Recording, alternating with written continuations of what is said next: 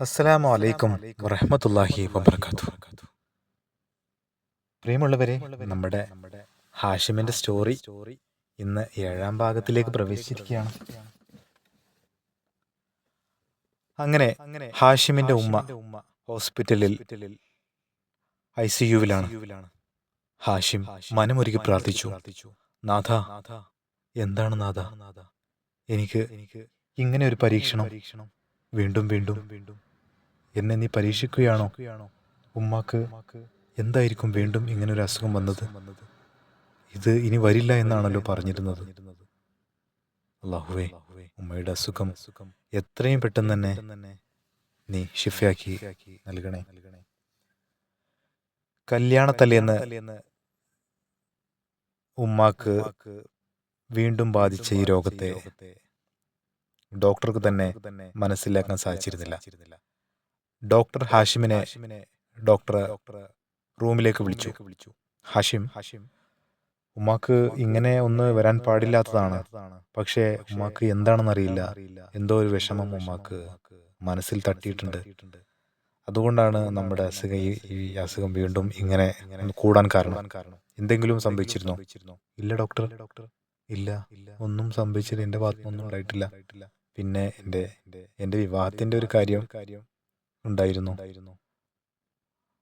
അത് ആ കുട്ടിക്ക് സംസാരിക്കാൻ കുറച്ച് സംസാരിക്കാത്ത കുട്ടിയായിരുന്നു.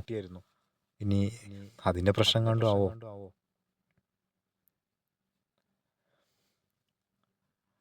മിക്കവാറും അത് തന്നെ അവനാണ് ചാൻസ്.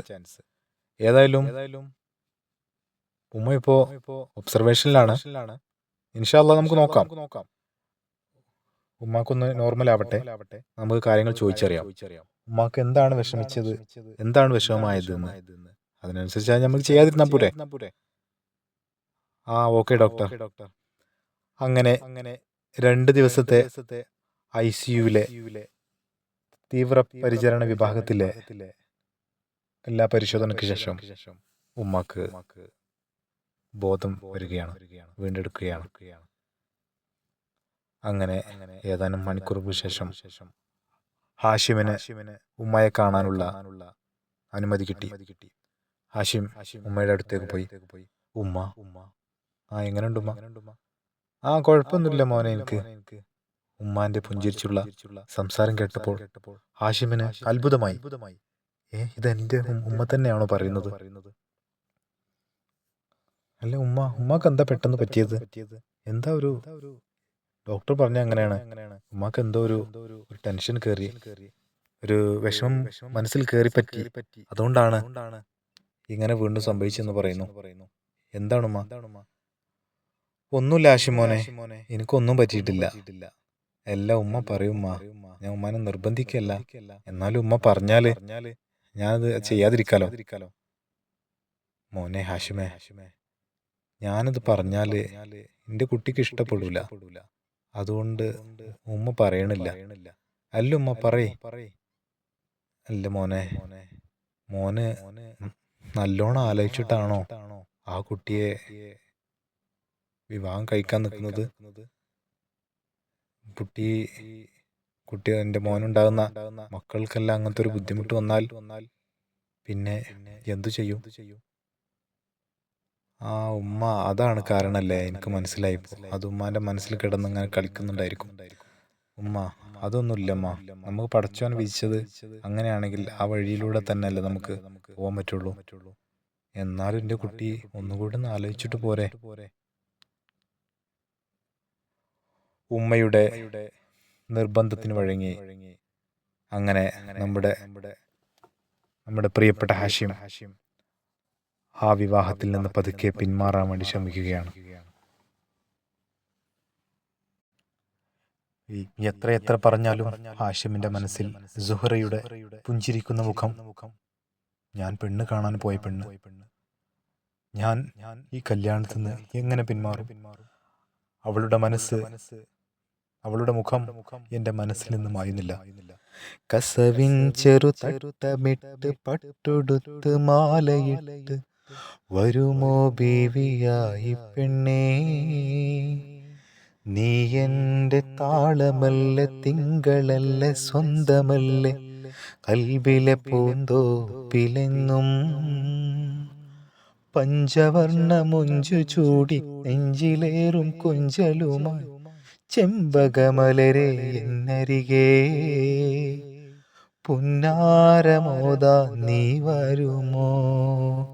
ഹയാത്തി ഹറീന വലാസ വഹാഷ വഹാഷ സ്വബി ലയാലി ഉസൂലുൻ ഹബീബി ലയാലി ഉസൂലുൻ ഹബീബി.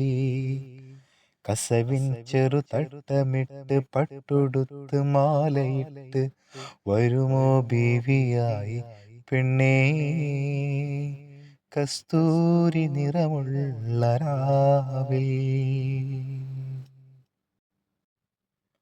എൻ്റെ പ്രിയപ്പെട്ട ഉമ്മയുടെ വാക്കുകൾ ധിക്കരിക്കാനും എനിക്ക് വയ്യ. എന്നാൽ ആ കുട്ടിയുടെ മനസ്സ് വേദനിപ്പിക്കാനും എനിക്ക് കഴിയുന്നില്ല. നാഥ, വീണ്ടും നീ എന്നെ പരീക്ഷിക്കുകയാണോ? ഹാഷിമിന്റെ മനസ്സ് വിങ്ങിപ്പൊട്ടി. അല്ലാഹുവേ, വീണ്ടും ഒരു പരീക്ഷണം. എല്ലാം ഒരു വലിയ പരീക്ഷണത്തിൽ നിന്ന് മുക്തനായി ഞാനിപ്പോൾ നാട്ടിലെത്തിയതാണ്. അല്ലാഹുവേ, നിനക്കറിയാം, എൻ്റെ ഗൾഫിലെ ജീവിതം, ജയിൽവാസം എല്ലാം ഞാൻ കഴിഞ്ഞുകൊണ്ടാണ് ഞാൻ ഇവിടെ എത്തിയത്. അല്ലാഹുവേ, വീണ്ടും വലിയൊരു പരീക്ഷണം. അല്ലാഹുവേ, ഓരോ വഴിയിലും നിന്നെ കാണുന്നു, ഓരോ മൊഴിയിലും നിന്നെ കേൾക്കുന്നു. തീരാ സങ്കടത്തിൻ ഭാരവും പേറി നാഥ നിന്നോടായ കഥകൾ ഓതി. മലിക്കുൽ ജബ്ബാറേ, നിൻ കാരുണ്യത്തിനായി കരളായി പുകയുന്നു എൻ്റെ നിനവ്. ഇവിടെ കാണുന്നില്ലൊരു പോയി വെളിച്ചം, എവിടെയാണ് റബ്ബേ നിന്റെ തെളിച്ചം?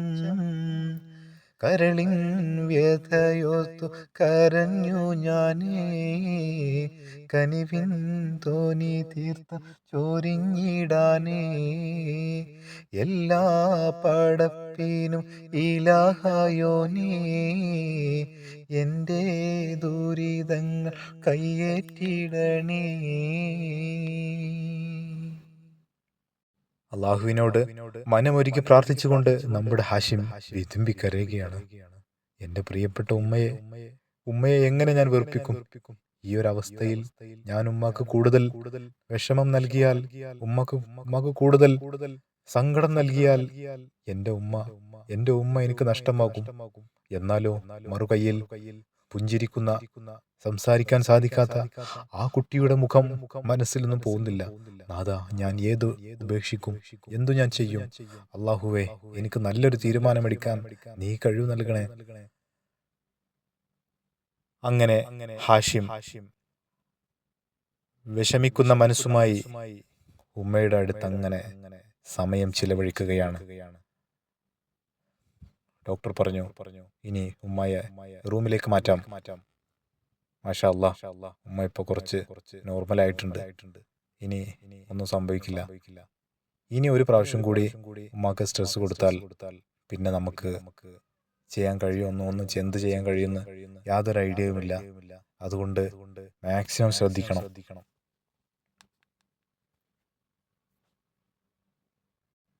വളരെ പെട്ടെന്ന് തന്നെ ഈ വാർത്ത സുഹറയുടെ കുടുംബക്കാർ അറിയുന്നു.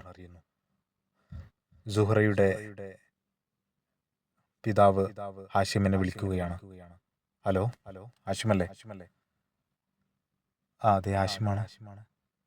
എന്താ ഹാഷിമേ ഈ കേൾക്കുന്നത്? എന്താണ് നിങ്ങൾ കല്യാണത്തിൽ നിന്ന് പിന്മാറാന്നൊക്കെ പറഞ്ഞു കേട്ടു. എന്താണ് സംഭവം? അല്ല, അത് ഒന്നുമില്ല. എനിക്കിപ്പോ കല്യാണം കഴിക്കാനൊരു ഒരു ഇൻട്രസ്റ്റ് ഇല്ല. അതിന് പറ്റിയൊരു സമയമില്ല എന്ന് എനിക്ക് തോന്നുന്നു. എന്താണ് പറയണത്?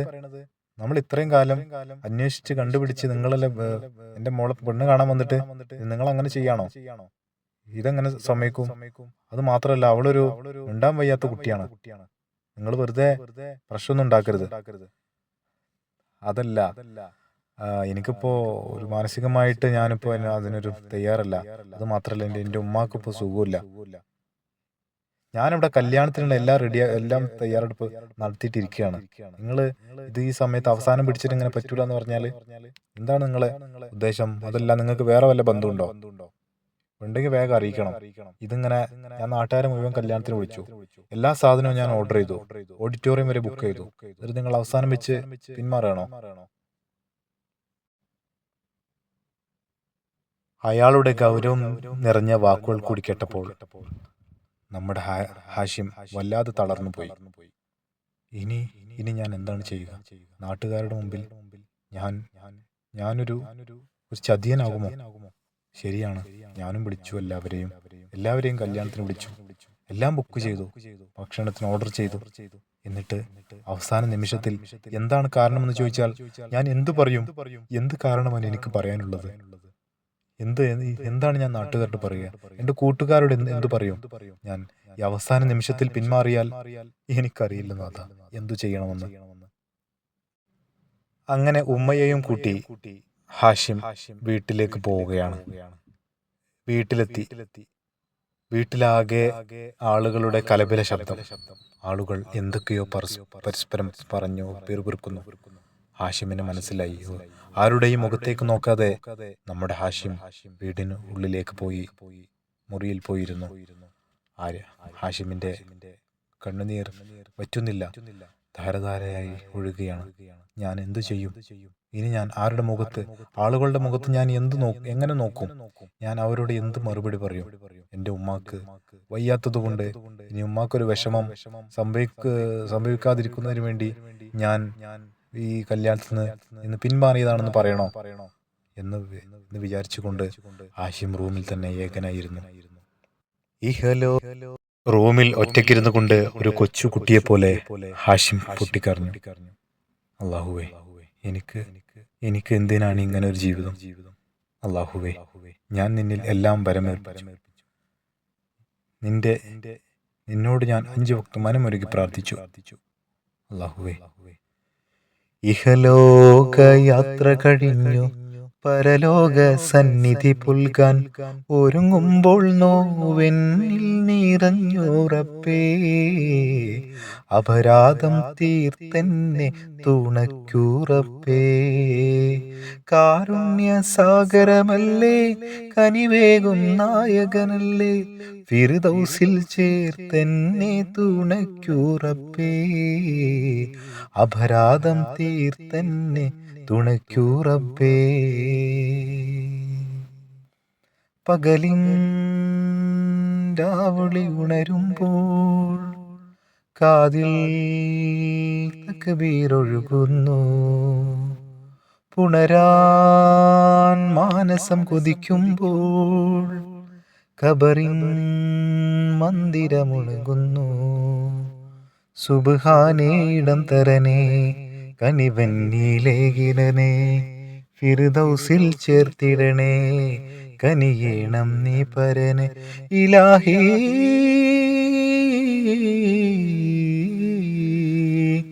ഇലാഹി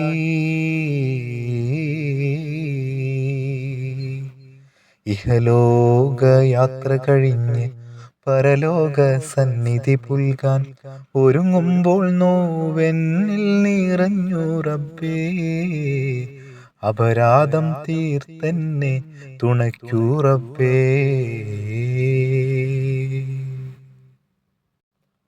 റൂമിൽ ഒറ്റയ്ക്കിരിക്കുമ്പോൾ ഹാഷിമിന്റെ അടുത്തേക്ക് ഹാഷിമിന്റെ പെങ്ങൾ അർഷിയും അതുപോലെ തന്നെ അമ്മാവനും ഓടിയെത്തി. അല്ല ഹാഷിമേ, എന്തുണ്ടായത്? ഒന്നുമില്ല. എല്ലാരും അവിടെ പോയിരുന്നോളി. അല്ല, എന്തോ സംഭവിച്ചിട്ടുണ്ട്. നീ പറ. എന്താണെങ്കിലും പറയ്, നമുക്ക് തീരുമാനം ഉണ്ടാക്കാലോ.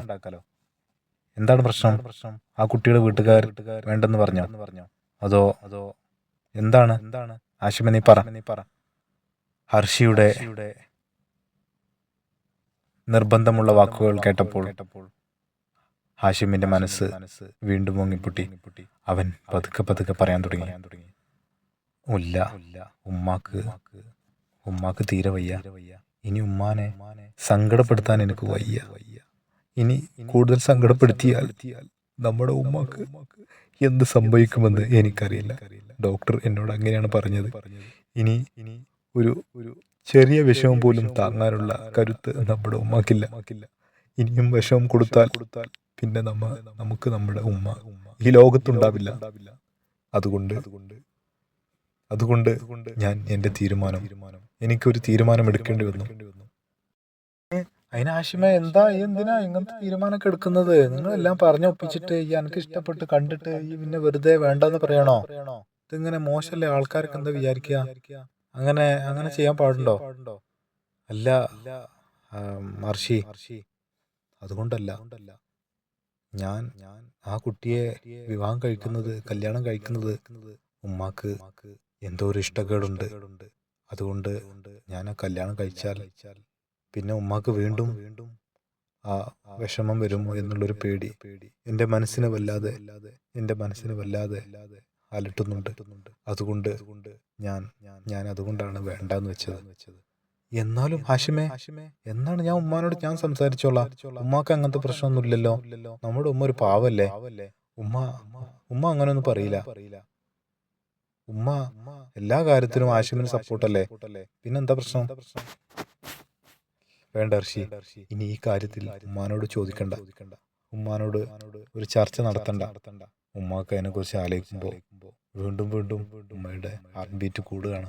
പിന്നെ അതുപോലെ തന്നെ കൂടുതൽ വിഷമം വരികയാണ്. അതുകൊണ്ട് വേണ്ട, നമുക്ക് ഈ അധ്യായം ഇവിടെ അവസാനിപ്പിക്കാം. എന്താണ് ഹാഷിമേ നീ ഇത്ര ആളുകളൊക്കെ വിളിച്ചു വരുത്തിയിട്ട് അവർക്ക് ഭക്ഷണത്തിന് വരെ ഓർഡർ ചെയ്തിട്ട് എല്ലാം വണ്ടിയല്ലേ ഏൽപ്പിച്ചിട്ട് ഇനി അങ്ങനെ ചെയ്യുമ്പോൾ അതൊക്കെ ഇനി മാറ്റി ഇതാക്കണ്ടേ? അതൊന്നും കുഴപ്പമില്ല, ആൾക്കാർക്ക് മനസ്സിലായി. എന്നാലും എൻ്റെ ഉമ്മാനെ എനിക്ക് ജീവനോട് കൂടി ഒരുപാട് കാലം കാണണം. കാരണം എൻ്റെ ഉമ്മയുടെ പ്രാർത്ഥന കൊണ്ടാണ് എനിക്ക് നല്ലൊരു ജോലിയും നല്ലൊരു പൊസിഷനും കിട്ടിയത്. ഞാനിപ്പോൾ ജീവിക്കുന്നത് തന്നെ ഉമ്മയുടെ കാവലിലാണ്, അല്ലെങ്കിൽ ഉമ്മയുടെ പ്രാർത്ഥന കൊണ്ടാണ്. ഹാഷിമിന്റെ ഉമ്മയോടുള്ള സ്നേഹം ഇരട്ടിയായി വർദ്ധിച്ചു. മാതാവിന്റെ സ്നേഹമേ ദുനിയാവ് മറന്നിടുമോ മാനവനായുസിൽ.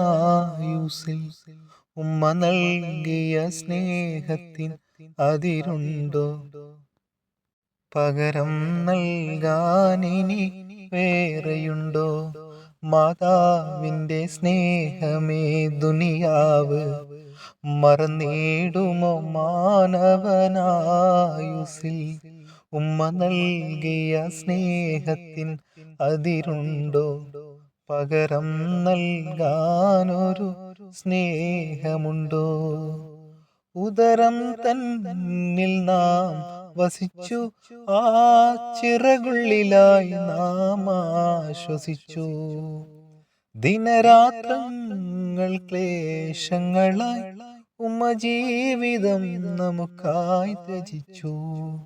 കാരുണ്യത്തിൻ ചിറകുകൾ അവർക്കായി തുറന്നേകണം, തണലായി തുണയായി. മാതാവിന്റെ സ്നേഹമേ ദുനിയാവ് മറന്നിടുമോ മാനവനായുസിൽ. ഉമ്മ നൽകിയ സ്നേഹത്തിൻ അതിരുണ്ടോ? പകരം നൽകാനിനി സ്നേഹമുണ്ടോ?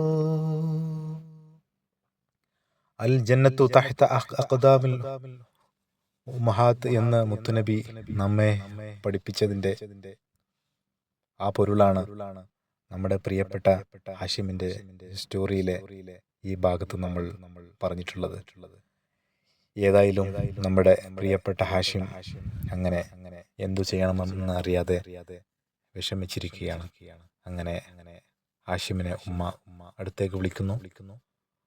ഹാഷിമേ, എൻ്റെ കുട്ടി ഇങ്ങോട്ട് വാ. എൻ്റെ കുട്ടി നല്ലോണം സങ്കടപ്പെടുന്നുണ്ട് എന്ന് എനിക്കറിയാം. എൻ്റെ കുട്ടിനെ വിഷമിപ്പിക്കാൻ വേണ്ടി പറഞ്ഞതല്ല. എൻ്റെ കുട്ടിൻ്റെ ഭാവി നന്നായി കാണാനാണ് ഉമ്മ ആഗ്രഹിക്കുന്നത്. പിന്നെ കല്യാണം കഴിച്ചതുകൊണ്ട് മോനൊരു വിഷമം വരരുത്. എൻ്റെ കുട്ടിക്ക് ആ ആ പെൺകുട്ടിയെ തന്നെയാണ് ഇഷ്ടമെങ്കിൽ അങ്ങനെ തന്നെ നടക്കട്ടെ. ആ കാര്യം ആലോചിച്ചിട്ട് ഉമ്മാക്കൊന്നും സംഭവിക്കില്ല. ഇത് പറഞ്ഞുകൊണ്ട് ഉമ്മ അങ്ങനെ പുഞ്ചിരിക്കുകയായിരുന്നു. ഇത് കണ്ടപ്പോൾ നമ്മുടെ ഹാഷിം അത്ഭുതപ്പെട്ടു പോയി. നാഥ, എൻ്റെ ഉമ്മ തന്നെയാണോ ഇത് പറയുന്നത്? ഹാഷിമിന്റെ മനസ്സിൽ സന്തോഷത്തിന്റെ ഒരു കൊച്ചു തിരുനാളം വീണ്ടും ഉയർന്നു വന്നു. വീണ്ടും അങ്ങനെ ആ വീട്ടിൽ വീണ്ടും ഒരു കല്യാണത്തിന്റെ പ്രതീതിയുടെ ആഹ്ലാദത്തിന്റെ ദിനങ്ങൾ വരികയാണ്. അതെ, വീണ്ടും ആ സുഹറയും ഹാഷിമും തമ്മിലുള്ള വിവാഹം അങ്ങനെ നടക്കാൻ പോവുകയാണ്. വീട്ടിൽ കല്യാണത്തിന്റെ മേളം. അങ്ങനെ നമ്മുടെ പ്രിയപ്പെട്ട ഹാഷിം വരനാവാൻ പോവുകയാണ്. പൂങ്കാവനമേ എന്തു ശോഭനമേ, ഈ പന്തലിലെന്തൊരലങ്കൃതമേ, മനമേറിടുന്നേ എന്തൊരാനന്ദമേ, ഈ കല്യാണരാവിന് സ്വാഗതമേ. പൂങ്കാവനമേ എന്തു ശോഭനമേ, ഈ പന്തലിലെന്തൊരലങ്കൃതമേ, മനമേറിടുന്നേ എന്തൊരാനന്ദമേ, ഈ കല്യാണരാവിന് സ്വാഗതമേ. ചന്തം ചിന്തും പുതുക്കയിൽ നാടതിലെ, ഇമ്പമേറിടും കല്ലൊടുമ്പിൽ വീടതിലേ. ഹാഷിം മോനും മംഗളമേ, ഇമ്പമിൽ മംഗളം പാടിടുന്നേ. പൂങ്കാവനമേ എന്തു ശോഭനമേ, ഈ പന്തലിലെന്തൊരലങ്കൃതമേ, മനമേറിടുന്നേ എന്തൊരാനന്ദമേ, ഈ കല്യാണരാവിന് സ്വാഗതമേ. ഈ കല്യാണരാവിന് സ്വാഗതമേ. ഈ കല്യാണരാവിന് സ്വാഗതമേ. ഇൻഷാ അല്ലാഹ് അങ്ങനെ കല്യാണത്തിന്റെ രാവുകളിലെ ബാക്കി കഥ ഇൻഷാ അല്ലാഹ് വീണ്ടും നാളെ നമുക്ക് പറയാം. അതുവരെ എല്ലാവർക്കും, വീണ്ടും കാണുന്നവരെ എല്ലാവർക്കും അസ്സലാമു അലൈക്കും. നിങ്ങളുടെ സപ്പോർട്ട് തീർച്ചയായും വേണം. എല്ലാവരെയും ഷെയർ ചെയ്യുക, സബ്സ്ക്രൈബ് ചെയ്യുക, നിങ്ങളുടെ സുഹൃത്തുക്കളിലേക്ക് എത്തിക്കുക. എല്ലാവിധ സപ്പോർട്ടും പ്രതീക്ഷിച്ചുകൊണ്ട് ഇൻഷാ അല്ലാഹ് വീണ്ടും കാണാം. അസ്സലാമു അലൈക്കും വറഹ്മത്തുള്ളാഹി വബറകാതുഹു.